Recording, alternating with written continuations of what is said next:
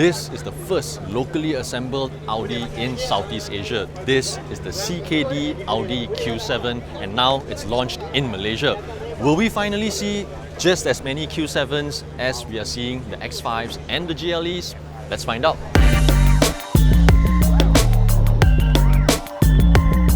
So the Audi Q7 is powered by a 3-litre turbocharged V6 engine with a mild hybrid system, producing 340 horsepower and a whopping 500 Nm of torque. All that power goes to all 4 wheels via an 8-speed gearbox and the Quattro permanent all-wheel drive system.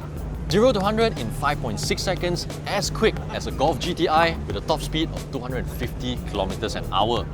Other mechanical bits worth mentioning, the Q7 comes with rear wheel steering and air suspension that can lower the car up to 30mm for better aerodynamics or raise the car by up to 60mm for better ground clearance.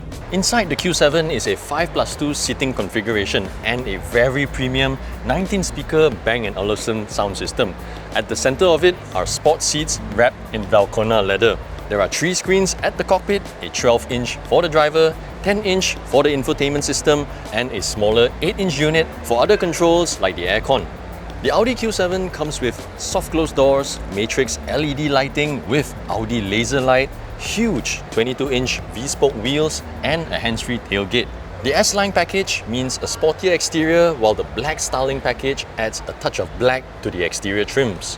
There are 4 colours available, including blue, white, black, and grey. The Audi Q7 is as safe as it is fast. It comes with adaptive cruise control, autonomous emergency braking, front and back, adaptive high beam, and more.